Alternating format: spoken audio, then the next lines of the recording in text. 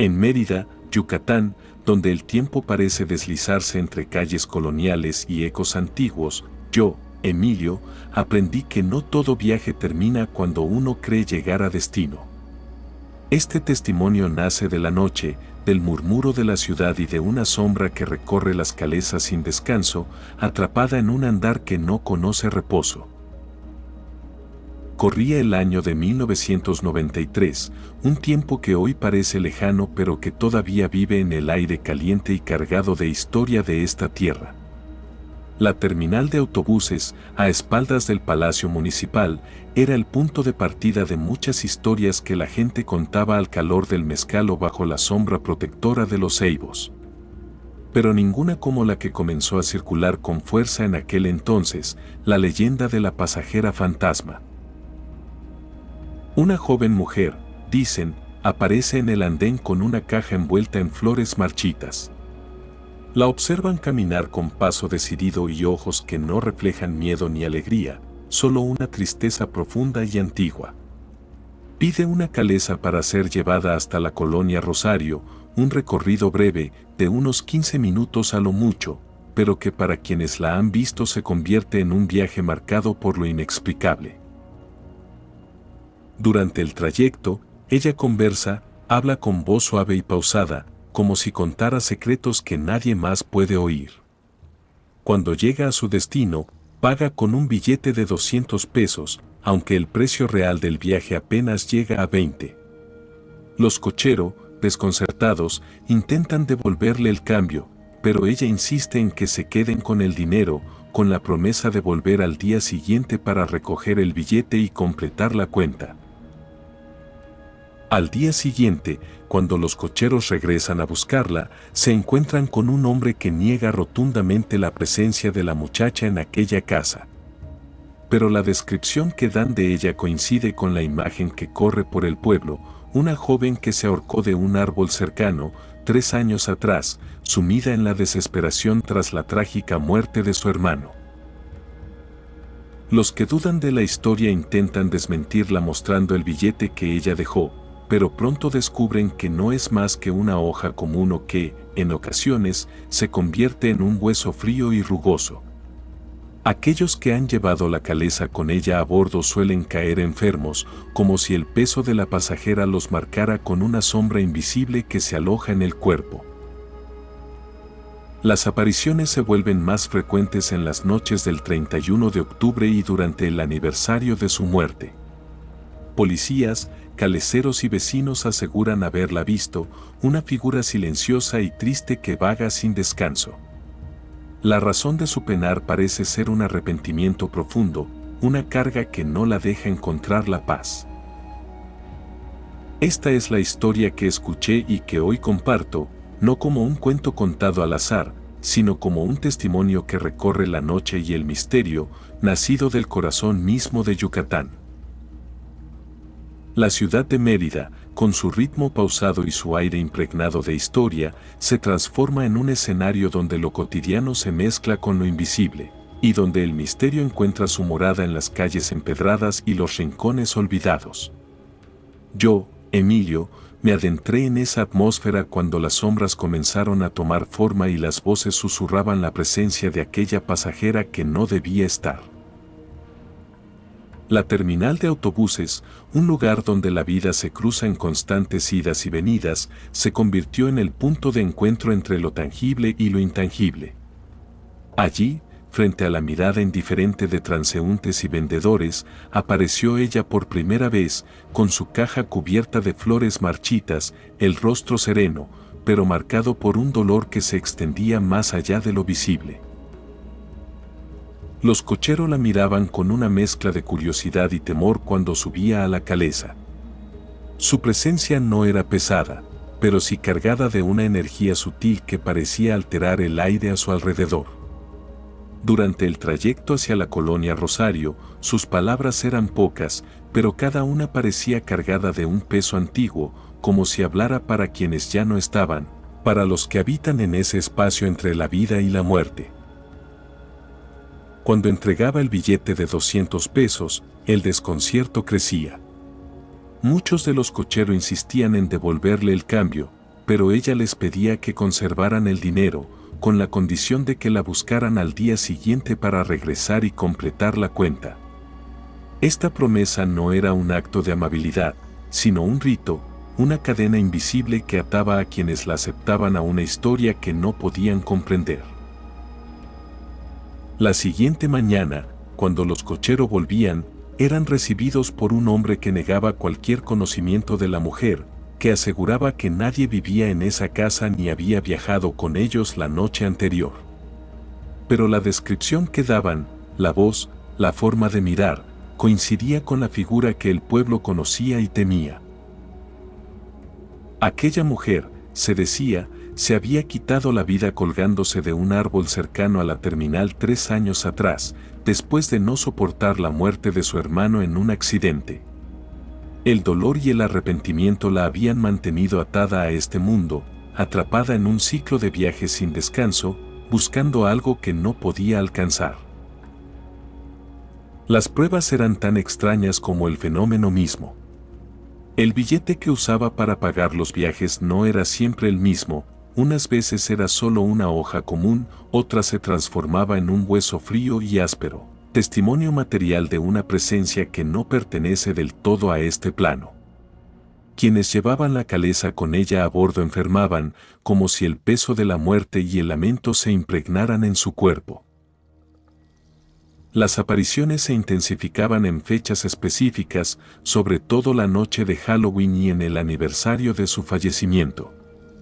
Policías, Cochero y vecinos coincidían en la descripción de una figura silenciosa y triste, una presencia que parecía pedir perdón, que estaba marcada por un arrepentimiento que la mantenía atrapada entre los vivos y los muertos. Mientras escuchaba estos relatos, comprendí que la pasajera fantasma no era solo un espectro errante, sino un símbolo del dolor que no encuentra redención, del silencio que envuelve las tragedias no resueltas, y del ciclo interminable de las pérdidas que nunca se aceptan. En cada historia, en cada testimonio, sentí el peso de una tristeza que no podía ser disuelta ni con el paso del tiempo ni con el olvido, una tristeza que se arrastraba entre las calles de Mérida como una sombra eterna. La noche en Mérida se volvía cada vez más densa, un manto de sombras que envolvía la ciudad y borraba las fronteras entre lo visible y lo oculto.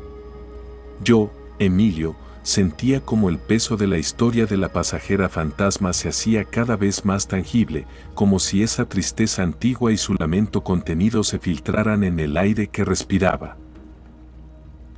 Los relatos que recogían no eran simples cuentos para asustar, sino confesiones de quienes habían vivido el encuentro, de los Cochero que, con rostros marcados por el miedo y el cansancio, hablaban de esa figura que aparecía sin ser vista, que se sentaba en la caleza con una calma inquietante y que pagaba con un billete que parecía más un símbolo que dinero. Los días previos al 31 de octubre, el ambiente en Mérida cambiaba. Las calles se llenaban de un silencio expectante y los Cochero hablaban en voz baja, recordando los encuentros pasados y preparándose para lo inevitable. Muchos evitaban tomar pasajeros en la terminal, temerosos de cruzarse con ella, con la pasajera que no descansaba. Una noche, decidido a entender, subí a una caleza, dispuesto a recorrer el trayecto hacia la colonia Rosario. El aire estaba pesado, cargado de presagios, y mientras avanzábamos, sentí una presencia junto a mí, aunque no había nadie visible. La caja envuelta en flores marchitas parecía pesar más que el equipaje común, como si contuviera un secreto enterrado. La conversación era un murmullo que no se escuchaba, una corriente invisible que recorría el espacio entre el cochero y la pasajera ausente. El billete de 200 pesos apareció en mi mano, frío y rígido, como si fuera un objeto fuera del tiempo. Entendí entonces que el viaje no era solo un traslado físico, sino un tránsito entre mundos, un paso entre la vida y la muerte. Al llegar a la colonia Rosario, el silencio se hizo absoluto. El pago fue un acto ritual, un intercambio cargado de significado que sellaba una promesa que no podía romperse. El billete no era simplemente un medio de pago, sino una llave, una marca que ataba a quienes lo aceptaban a un destino incierto. Los días siguientes fueron un descenso lento hacia una realidad que parecía desvanecerse. Los cocheros que habían participado en ese viaje comenzaron a enfermar, a mostrar signos de agotamiento y miedo. Algunos desaparecieron sin explicación y otros quedaron marcados por la experiencia, como si llevaran en su piel la sombra de la pasajera. La policía comenzó a registrar reportes de avistamientos, de luces y sombras que se movían en la terminal y en las calles adyacentes. Las investigaciones no arrojaron resultados, pero la presencia seguía ahí, persistente y silenciosa, como una herida abierta en el corazón de la ciudad. El hombre que negaba la existencia de la joven en la casa de la colonia Rosario se convirtió en un testimonio más de la negación y el rechazo. Nadie quería enfrentar la verdad de que esa mujer no había encontrado descanso, que su arrepentimiento era un peso demasiado grande para dejarla partir. En esas noches, cuando la ciudad dormía y solo quedaban los murmullos del viento y el suspiro de los árboles, la pasajera fantasma recorría las calles, buscando algo que no podía nombrar, un perdón que no le era concedido, una liberación que le fue negada. Este testimonio no es solo un relato de miedo, sino una invitación a mirar con respeto y compasión el dolor que se oculta tras las apariencias, a entender que en el misterio habitan verdades profundas que el alma humana a veces no puede sostener. La ciudad de Mérida seguía cubierta por el manto de la noche, y el eco de la pasajera fantasma se hacía cada vez más profundo, como un susurro que se niega a desaparecer. Yo, Emilio, me encontré en el borde entre la realidad y el misterio, observando cómo el dolor y el arrepentimiento tejían una red invisible que atrapaba a quienes se cruzaban en su camino. Aquellas noches en que el viento soplaba con fuerza y las calesas resonaban con un ritmo pausado y cadencioso, el miedo y la tristeza se entrelazaban en el aire. Las historias contaban que la pasajera no buscaba hacer daño, sino que su pena era tan grande que el mundo de los vivos no podía contenerla. Cada viaje que realizaba era una búsqueda silenciosa de algo perdido, un intento desesperado por sanar una herida que el tiempo no había podido cerrar. El billete que entregaba, tan extraño y cambiante, no era solo un símbolo de la cuenta pendiente, sino una manifestación del vínculo que la mantenía atada a este plano. Los cocheros que aceptaban ese dinero sin comprender la carga que llevaba, se convertían en portadores involuntarios de esa tristeza, enfermando y a veces desapareciendo sin dejar rastro. Recuerdo haber caminado por las calles vacías, sintiendo el peso invisible de su presencia, como si la ciudad misma respirara ese lamento. El 31 de octubre, las sombras se alargaban y los murmullos crecían, como si un velo entre mundos se hiciera más delgado, permitiendo que lo oculto se manifestara con mayor fuerza. En el aniversario de su muerte, la energía en la terminal se volvía palpable. Los cocheros encendían velas y tocaban el caracol del mar, como ritual para protegerse, un acto que mezclaba la tradición con el miedo, el respeto con la necesidad de sobrevivir a la noche. Yo, siendo testigo y partícipe de estas ceremonias, comprendí que la pasajera era más que un espectro, era un recordatorio de que el dolor no sanado puede transformarse en un peso que arrastra a la vida misma. El hombre que negaba su existencia, el vecino de la colonia Rosario, permanecía como una figura trágica, negando lo que todos sabían pero temían aceptar. En el fondo, entendía que su negación no era un acto de mentira, sino un reflejo de la dificultad humana para enfrentarse a la pérdida y al misterio que no puede explicar. Al terminar este viaje que comenzó como una búsqueda, entendí que la pasajera fantasma es un símbolo del duelo que permanece, de la tristeza que no encuentra descanso y del ciclo interminable de arrepentimientos que pesan sobre quienes han dejado este mundo sin poder soltar su historia.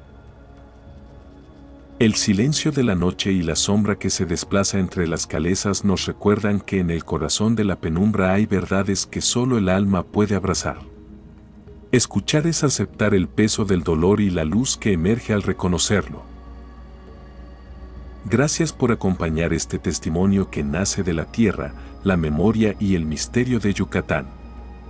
Si esta historia tocó tu espíritu, te invito a suscribirte al canal Chamán, a compartir este relato con quienes buscan el eco de lo invisible, y a caminar juntos en futuros viajes donde el territorio y el espíritu se entrelazan.